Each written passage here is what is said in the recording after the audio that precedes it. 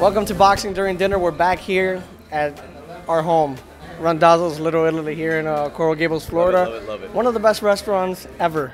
I'll say that. Pound for pound? Pound for pound, ever. You know, we got a lot of comments on our last episode that I was interrupting you a lot. Yeah. I don't know what I was on that day, but you know, I hope you accept my apology. I do. Thank you so much. I'm just gonna interrupt you right now. No. We actually, one other comment that we had was, now I'm interrupted, was that this show was starting to suck. So thank you for that comment. Yes, don't watch it if we suck so bad. We appreciate that you were watching it. We do appreciate it. We're gonna unsuck though today, because we're gonna talk about possibly the. Oh. We're gonna talk possibly about the fight of the year, and this is talking about. We just saw Tim Bradley and Ruslan Provodnikov, and this fight on Saturday may be the fight of the year because it was the fight of the year last year. But before we get into that, people are like going out for Easter and they're like, hey, we could never get a good deal on Easter. I know I can. Not at RANDAZZO'S. You get a great deal. There's an Easter all-you-can-eat buffet, right? That's buffet for your English speakers? Buffet. Yeah. Yes. Oh, Buffett. Jimmy Buffett. Or a buffet. It's Sunday from 11 to 4. It's for brunch. And, I mean, they have everything on the menu, David. They have prime rib. They have lobster. They have everything. I'll tell you. Stuff that I like, stuff that could kill me.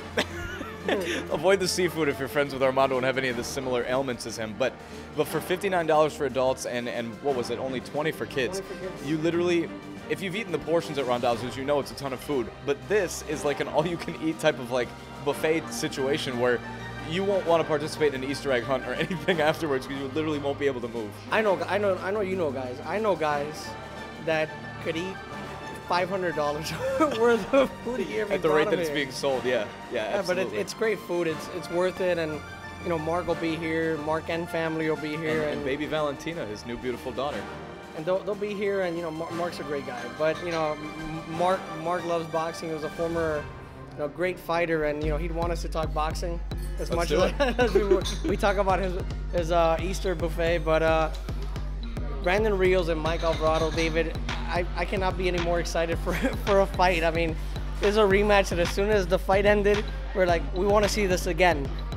And it has big implications, especially for Brandon Rios. We'll get into that in a second. Just the fight itself, David. The first fight, it was a give and take until, Rios's give was more than Alvarado's take. What do you see happening? Do you see the same thing happening? Because at least, in my opinion, I see the exact same thing happening because I don't think Rios, if he hit Rios with a baseball bat in the face, I don't think he'll go down. It's hard after that first fight to see, so you don't have to hold it for me. It's hard to see after that first fight a scenario. See, the show's getting better already. It's hard to see a scenario where it doesn't end the exact same way because, like you said, both of these guys have a real penchant for dishing out and taking punishment. And we saw what Alvarado did against Brytis Prescott in a fight not so long ago either. So let's not for a second think that because of the way Alvarado lost that he's soft-chinned. Quite the contrary. What Brandon Rios put him through in that fight is absolute hell for anybody this side of Timothy Bradley or Ruslan Provodnikov. But it is hard to see a scenario where the punches landed by Alvarado on Rios didn't really seem to faze him at any point. They backed Rios up from time to time, but they never seemed to It did leave its mark on granted, Rios' yeah, face. it marked him up, quite significantly. But look, I tend to think that a punch can change things, and you can even argue that maybe Alvarado suffers a knockdown and not a knockout if the referee does something a little bit different, maybe in the way that he did against Bradley Provodnikov. So. I do think that Rios is going to win again simply because he did so the first time in a fight that literally could have, killed either guy. But how fortunate are we, for one, that we see this 2 weeks after we see Bradley Provodnikov, and two, that a rematch or a fight period that the public demands not only got made the first time, but was made very easily the second time. I think this is a super exciting opportunity for fight fans. Bob Arum has said he usually doesn't like to make fights on an Easter weekend. Screw it. Everyone's going to watch this. It doesn't matter if it's Easter, Christmas, Passover. Yeah, we'll watch and I want to thank Harold Letterman for his great Passover card that he sent me. Unbelievable. Harold Letterman's just the nicest man ever. I love that guy. But like you were saying, David, I mean, this is not only Provodnikov and Bradley, a couple of weeks ago. this is the same week that HBO just announced that they're going to do a really special program on the trilogy that was Gotti Ward, which was one of the best trilogies in the history of boxing. And that's including, like Graziano Zale and the LaMotta Robinson fights that they fought like 20 times back then. But this rematch is absolutely great. And like you were saying, David, about Alvarado, the fact that we're picking Rios to win in the same exact fashion isn't a detriment to Alvarado, as far as our opinion. I was watching the fight today, at least highlights of the fight with our cameraman, editor / great friend Alex Sanchez back there, and we're saying, holy crap, I cannot believe Alvarado never went down in that fight. And in the Prescott fight as well, because Prescott, yeah, fine, his career's gone down a bit after his impressive win against Amir Khan a few years back, but he's one of the hardest hitters in boxing. When you and Alvarado took all his punches. When we watched that fight, I want to say it was on the undercard of a Pacquiao fight, and I'm kind of forgetting who now at this point. But Britus Prescott looked like a top 5 pound-for-pound fighter when he fought Mike Alvarado that night. For about 10 rounds. For about 10 rounds, until Alvarado, who to me was a relative unknown at that point. I knew he was a puncher. I knew he was like kind of a war horse. But Alvarado just did not disappear. He started to land punches a little more significance around, the late middle rounds and everything. And out of nowhere, with a literal huge giant hole in his mouth, comes out and knocks out Britus Prescott. Is literally one of the most underrated performances of the past couple years. I mean, Alvarado can absolutely win this fight still if he finds a way to keep Rios off of him. And that, to me, is the X factor, because no one's been able to do that. Right, and one thing that Alvarado has, I guess if you want to say to his advantage, and maybe not to his advantage, is that Rios will be right in front of him. Rios isn't going to go anywhere. And one big factor in this fight, and it is in every fight that Rios is in, and you know what, we try not to be huge fans, but I'm a huge fan of Robert Garcia, not only because he's a great trainer, he's a great person. Yeah. And Garcia, anytime we wanted him on the show, we just give him a call. He's there. If I want him on Telemundo, he's there. He's just a great overall guy. But it seems to me that Robert Garcia, as a trainer, is on this hot streak, and nobody's gonna beat him. I mean, this is even further than, I guess, Freddie Roach when he was winning with Manny Pacquiao, because right now Robert Garcia has like 5 or 6 fighters that aren't losing, that are champions. To me, that is one of the differences between what Freddie Roach was doing a couple years ago with Manny Pacquiao and Amir Khan when they were winning, because Robert Garcia does have 5 or 6 guys in his stable who look better every time they get in the ring. Here's the one thing that maybe isn't being discussed, is that Brandon Rios has a tendency for uneven performances. When he fought on the undercard of the Cotto Margarito fight in Madison Square Garden against Murray from England, he looked very ordinary to me, and there is the possibility for, maybe Rios gave us the absolute best effort that he had against Alvarado, and if he brings anything less than his absolute best, then maybe he is ripe for the taking. But with what both of these guys put into the first fight and what was taken out of them also as a result, it makes you wonder, like, what's, in the same way that the Gotti Ward second fight left a little bit to be desired, is one of these guys going to be a little bit worse for the wear, win or lose from the last fight? Is something going to show up with Rios having taken a real beating as well? Right, we don't know until fight night. Because we do see that as fighters go on after wars like this.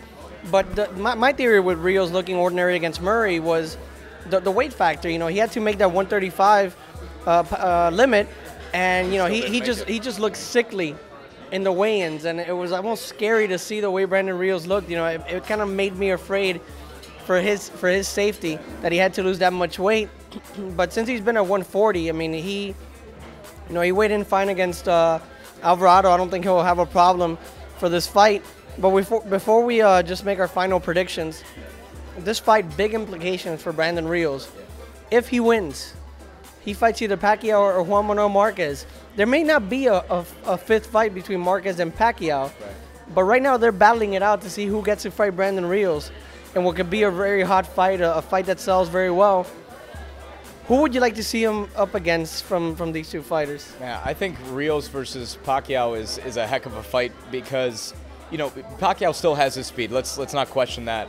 But his chin is a little bit suspect, and I wonder if Pacquiao still has the speed to keep Rios off of him. And I don't know. With a puncher like Rios who's suffocating, in some ways he reminds me of a less refined Marquez maybe. For Alvarado, should he still look good, there's options against maybe Provodnikov or you know, one of these guys. If Rios wins and doesn't fight Marquez or Pacquiao, then Timothy Bradley gets the other in fights that I think are both scintillating as well. So whatever happens, should both of these guys look fair at a minimum, there's a lot of exciting fights to be made for Top Rank, and they should count their lucky stars because that's really all they have going for them at this point. And I would want to see Brandon Rios against Manny Pacquiao. It's an exciting fight. It's a fight that's going to sell. You know, like you said, Pacquiao's not the fighter that he once was. You know, he's still going to give you a great performance. But what if Rios clips him? You know, and Rios is going to be right in front of him, so it should be a war. Speaking of wars, I expect another war.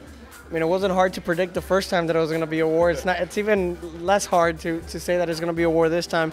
I'm expecting the same exact thing. I expect a great fight for about 7-8 rounds. Same result, Rios winning by stoppage. I see the fight maybe going a little bit longer this time around. I think that Alvarado's going to box a little bit more often, but for all the talk of him maybe changing his game plan, it's going to go out the window once punches start flying. But I think that he might, you know, take a couple rounds to ease the pressure. But I see, you know, El Rios stoppage in 10.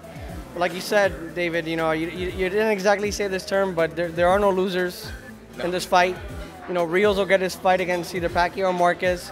Alvarado will get another big fight, like you said, maybe against Bradley or Provodnikov. And the fight fan wins. Yeah. In large. HBO wins, Top Rank wins, it's just wins all around. And contrary to what you said, I still think Top Rank has a good stable. They have Jose Ramirez on this card. True. They have, I was about to say Terrence Howard, the actor, on this card, but it's not. It's a different Terrence. It's a different Terrence. And his last name is escaping me right now. It's escaping me as well, but he's going to fight against, and I just forgot the opponent. Well, we'll point some more information on Terrence. I just read an article from Lem Satterfield on ringtv.com today talking about... Oh, actually, he's going to fight Prescott. Yes, he is fighting Brytus Prescott. Who was it? Timothy Bradley had said that that Terrence Crawford. There it is. Was somebody who he had sparred with a distance of 12 rounds before, and absolutely thinks that Crawford is the real deal and would win a world title if he fought now. I'm not even going to pretend that I've seen him fight. I've only heard great things about the kid, but we'll see against Brytus Prescott, who, like he said, looked like one of the best fighters right now against Alvarado for about 10 rounds. But Jose Ramirez, great fighter. I don't know if he'll be on the televised portion. I'm sure HBO will show highlights, but Jose Ramirez, I think he's going to be a world champion in the future. Great kid from Avenal, California. Another Olympian, and, you know, I expect great things from him. But we're going to wrap it up because, you know, we're expecting our food too, and, you know. But Alvarado Rios, we'll talk about the war that was next week on Boxing During Dinner.